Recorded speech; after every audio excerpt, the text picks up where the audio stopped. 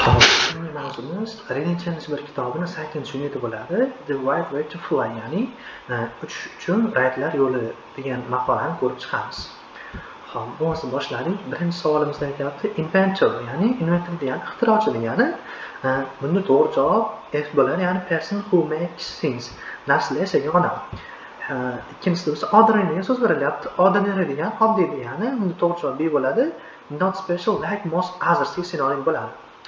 Uchinchi bo'lsa perfect, mukammal degani uchinchisi. Bu yerda hech qanaqa xato yoki muammolarsiz degan C variant to'g'ri bo'lyapti. Flight degani parvoz degani. Bunda to'g'ri javob D bo'ladi. Flying time airplane trip ga sinonim bo'lyapti. Successful degani muvaffaqiyatli degani. Ya'ni effective yoki well degan jumlalarga sinonim bo'lar ekan. Test degani sinimoq degani. Try something, biror nimani sinab ko'rish. Xo'p, endi matnga o'tsak bo'laveradi.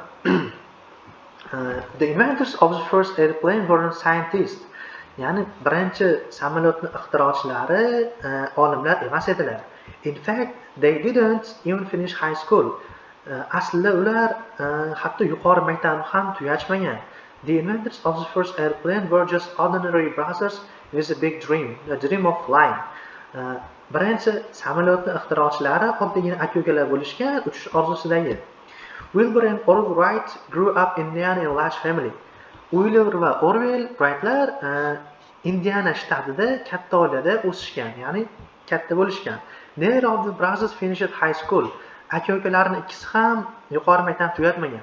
Instead of sitting in class and reading, they wanted to work and make things like machines. Sinfda o'tirib o'qishning o'rniga ular narsalar yasashga qiziqishgan, mashinalarga o'xshagan. When the brothers were just 18 and 22 years old, they started up their own printing press and bicycle shop. Qachonki aka-ukalar 18-22 yoshligida o'zlarini shaxsiy qog'oz chiqarish biznesini va velosiped do'konini ishga solishdi. One day Wilbur read an interesting story in newspaper about a man trying to fly in a glider. Bir kuni Wilbur gazetada qiziqarli hikoya o'qib qoldi. Gliderda uchishga harakat qilayotgan odam haqida. The man died, but the story gave Wilbur an idea. O'sha odam o'ldi, lekin bu Wilburga g'oya berdi, ya'ni fikr berdi. He decided to teach himself about flying in order to make perfect glider. U o'zini o'zi mukammal glider yasash maqsadida o'qitishga qaror qildi, ya'ni o'zi o'rganmoqchi bo'ldi. Together, Orville and Wright Wilbur successfully tested their new glider on the beach.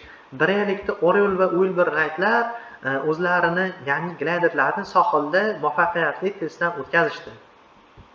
Then the brothers decided to make their glider into flying machine. Keyin bo'lsa aka-ukalar o'zlarini gliderlarini uchadigan mashinaga aylantirishga qaror qildilar. They put an engine and propeller on the glider and called their new machine the Wright Flyer. Ular u yerga parra qo'yishdi, motor qo'yishdi va o'zlarining yangi mashinalarini Wright Flyer deb atashdi. The plane broke down on its first test, but the Wright brothers didn't give up. O'sha samolyot birinchi testdayoq buzilib qoldi, lekin aka-ukalar taslim bo'lishmadi. With little more hard work, the Wright Flyer made a successful flight. Ozgina qattiq mehnatdan so'ng aka-ukalar muvaffaqiyatga erishdilar. On December 17, 1903, the Wright brothers made history by flying the Wright Flyer over the beach at Kitty Hawk, North Carolina. The airplane was born. Xo'p, aka-ukalar shu muvaffaqiyatli parvozni amalga oshirishdi. 1903-yil 17-dekabrda aka-ukalar o'sha Wright Flyer'ni Shimoliy Carolina Kitty Hawk sohili uzra uchirib tarixga kirishdi. Shu tariqa birinchi samolyot dunyoga keldi. Xo'p, endi biz savollarga o'tsak bo'laveradi. What is another good title for this reading deyapti. Ya'ni berilgan matn uchun boshqa qanday sarlavha qo'yish mumkin? The first glider, Two Brothers Dream, American Inventions, Glider vs. Planes. Xo'p. Endi qaraymiz, matnda asosan aka-ukalar haqida bo'ldi. O'sha glider ham, samolyot ham aka-ukalarga bog'liq bo'lgani uchun Two Brothers Dream desa bo'laveradi. Ikkinchisi, How did the brothers learn about planes? Ya'ni aka-ukalar samolyotlar haqida qanday qilib o'rganishdi? They learned about them in school. Their father taught them. They worked in a glider shop. They learned by themselves. Birinchisi, ular o'zlari maktabda o'rganishibdi. B'da aytyapti, dadalari ularga o'rgatdi. Cda aytyapti, glider do'kon shu glider shopda o'rganishgan. Dda aytyaptiki, o'zlariga o'zlari o'rgatishdi. To'g'ri javob D bo'ladi. Chunki hali maqoladan keyin Wilbur o'zini o'zi samolyot yasashga o'rgatishga qaror qildi. Uchinchisida, why did the Wright brothers succeed in building in the first plane? Nimaga aka-ukalar birinchi samolyot qurganda muvaffaqiyatga erishdilar? They quickly gave up. Ular osonlikcha taslim bo'lishdi. They were good students. Ular yaxshi talaba edilar. They never gave up. Ular hech qachon taslim bo'lishmadi. They spent lot of money. Ular juda ko'p pul sarflashdi. Xo'p, bunda to'g'ri javob C bo'ladi, chunki ular hech qachon taslim bo'lishmadi va muvaffaqiyatga erishdilar. What makes the Wright Flyer different from glider? Endi o'sha aka-ukalar flyerini gliderdan farqi nima edi deb so'rayapti bizdan. It had a propeller, parraga bor edi. It had an engine, motori bor edi. It could fly, u ucha olardi. It had an engine and propeller. Uni motori parraga bor edi. Bunda to'g'ri javob D bo'ladi, chunki matnda ular parra bilan motor o'rnatilgan ma'lumot berilgan. Xo'p, 5-si, what's the lesson of the story? Ya'ni bu hikoyadan qanday dars olsa bo'ladi? Flying is so difficult for ordinary people. Oddiy odamlar uchun uchishda ham qiyin.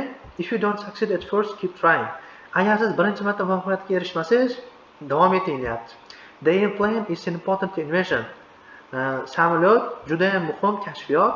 Dreams can make you rich. Orzular sizni boy qila oladi. Bunda to'g'ri javob B bo'ladi. Agar siz birinchisida erishmasangiz, harakat qilaversangiz, ikkinchisida yoki uchinchisida erishingiz mumkin. Idiomalarga o'tamiz. Birinchisi startup, ishga tushib yo'lga qo'ymoq, break down, buzilib qolmoq, give up, taslim bo'lmoq. Xo'p. You win deyapti. Men nimadir bo'ldim, sen yutding. Ya'ni u nima bo'lgan bo'ladi? Taslim bo'lgan bo'ladi. I gave up bo'ladi. You win degan javobni beryapti. The machine is very old. It may soon. Mashina juda ham eski, bu tez orada nimadir bo'lishi mumkin. Buzilib qolishi mumkin. Break down.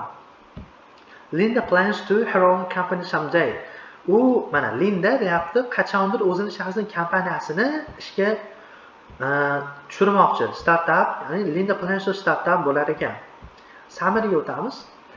Neither Orwell nor Wilbur Wright High School. Na Orwell na Wilbur Wrightlar nima qilishdi? Maktabni tugatishdi. Finishes bo'ladi. Ikkinchisi, the brothers printing press and bicycle shop. Aka-ukalar qog'oz chiqarish moslamasi va velosiped do'konini nima qilishdi? Boshlashdi. Startup pastga tushadi. Wilbur reads a report about glider. He dreams of making the glider. Wilbur o'sha xabar o'qib qoldi glider haqida va u ham o'zini gliderni yasashga qaror qildi. Ya'ni bu yerda perfect to'g'ri tushadi, perfect glider bo'ladi. To'rtinchisi, the inventors decided to turn their glider into flying. Ixtirochilar o'zlarining gliderlarini uchadigan nimaga aylantirmoqchi edilar? Mashinaga aylantirmoqchi edilar. Endi bu yerda mana machine turibdi, demak, into flying machine bo'ladi. The Wright Flyer breaks down, but brothers don't. Xo'p, aka-ukalarning flyeri buzilib qoldi, lekin ular nima qilishmadi? Taslim bo'lishmadi. Give up pastga tushadi. On December 17, 1903, the Wright Flyer flies at Kitty Hawk NC. O'sha 1903 yil 17-dekabrda Wright Flyeri qanday tarzda uchib o'tdi? Muvaffaqiyatli tarzda Kitty Hawkdan uchib o'tdi. Successfully tushyapti mana. Testga o'tiramiz. We can take my car, that doesn't work. Biz mashinamni ola olmaymiz, nimasidir ishlamayapti. Noise, engine, propeller, machine. Albatta to'g'ri javob engine bo'ladi, ya'ni motori ishlamayapti degan javobni olsak bo'ladi. The copy in our office broke down last week. Xo'p, copy ya'ni o'sha kopiya, nusxalash nimasidir ofisda buzilib qolgan o'tgan hafta. Machine, press, shop, sim. Endi to'g'ri javob machine bo'ladi, copy machine bo'ladi.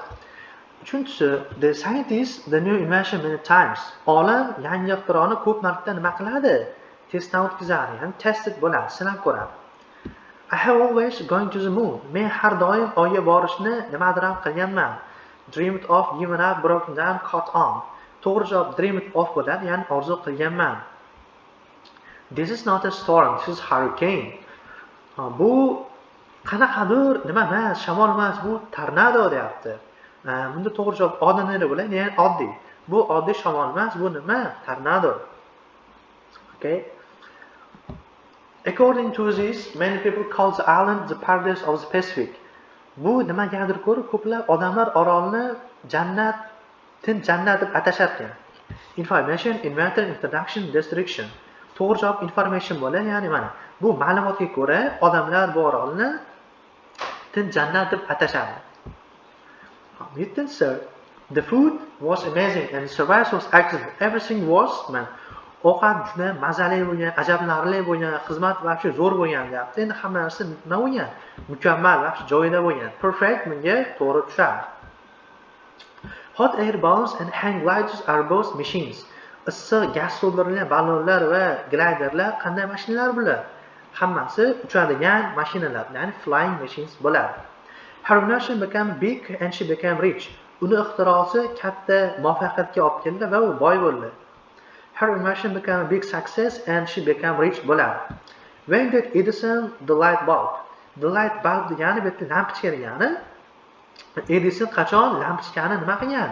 Ixtiro qilgan. Demak, bizga fe'l kerak. To'g'ri javob C bo'ladi. Mana ixtiro qilgan. When did Edison invent the light bulb bo'lar ekan?